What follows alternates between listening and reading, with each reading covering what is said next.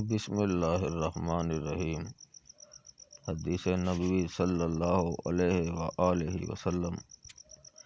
رسول اللہ صلی اللہ علیہ وسلم نے فرمایا، قیامت کے دن ایک بندے کو لایا جائے گا، باری تعالیٰ اس سے فرمائے گا کہ میں نے تجھے کان، آنکھ، مال اور اولاد سے نہیں نوازا تھا، اور چوپایوں اور کھیتی کو تیرے تابع کر دیا تھا، اور قوم کا تجھے سردار بنا دیا تھا، جن سے بھرپور خدمت لیا کرتا تھا۔ پھر کیا تجھے یہ خیال بھی تھا کہ تو آج کے دن مجھ سے ملاقات کرے گا؟ وہ عرض کرے گا نہیں۔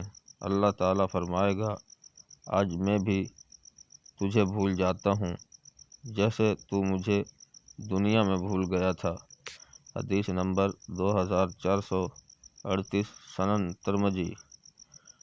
حضرت عمر بن خطاب رضی اللہ عنہ سے روایت ہے، وہ ایک دن مسجد نبوی میں تشریف لے گئے تو دیکھا کہ حضرت معاذ بن جبل رضی اللہ عنہ نبی صلی اللہ علیہ وآلہ وسلم کی قبر مبارک کے پاس بیٹھے رو رہے ہیں۔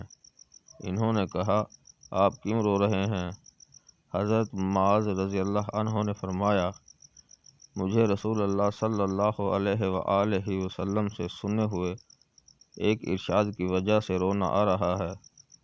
میں نے رسول اللہ صلی اللہ علیہ وآلہ وسلم سے سنا، آپ فرما رہے تھے، تھوڑا سا دکھاوا بھی شرک ہے، اور جو کوئی اللہ کے کسی دوست سے دشمنی رکھتا ہے وہ گویا اللہ تعالیٰ کے خلاف اعلان جنگ کرتا ہے۔